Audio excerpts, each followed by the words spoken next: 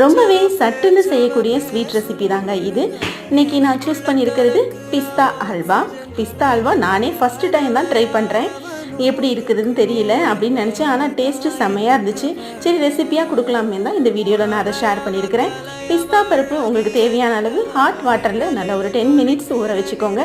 ஊறின பருப்பை நல்லா தோலெல்லாம் நீக்கிட்டு மிக்ஸி ஜாரில் சேர்த்து பைன் பேஸ்ட்டாக அரைச்சிக்கலாம். இந்த பைன் பேஸ்ட் அரைச்சதுக்கப்புறம் ஒரு பேனில் தண்ணி ஊற்றி தேவையான அளவு சர்க்கரை சேர்த்துட்டு ஒரு ஏலக்காய் சேர்த்துட்டு அந்த சர்க்கரை கரையிற பக்குவம் வந்தோடனையும் இந்த அரைச்ச விழுதை அதோட சேர்த்துக்கலாம். நல்லா கைவிடாமல் கிளறி கொடுத்துக்கிட்டே இருக்கலாம். டக்குன்னு இது ஈஸியாக மெல்ட் ஆயிரும், நல்லா ட்ரை ஆயிரும். அதுக்கப்புறம் வெள்ளை எள்ளை சேர்த்துக்கலாம். ப்ரோட்டீன் ரிச்சாக இருக்கணுன்றதுனால நான் வெள்ளை எள்ளு சேர்த்துருக்கேன். இப்போ நெய் சேர்த்துக்கலாம், நல்லா கிளறி கொடுத்துக்கலாம். இதை ஒரு பிளேட்டுக்கு ட்ரான்ஸ்ஃபர் பண்ணிவிட்டு நறுக்கின பாதாம் துண்டு சேர்த்து சர்வ் பண்ணிவிட்டு செம்மையாக இருந்துச்சு. ட்ரை பண்ணி பாருங்கள்.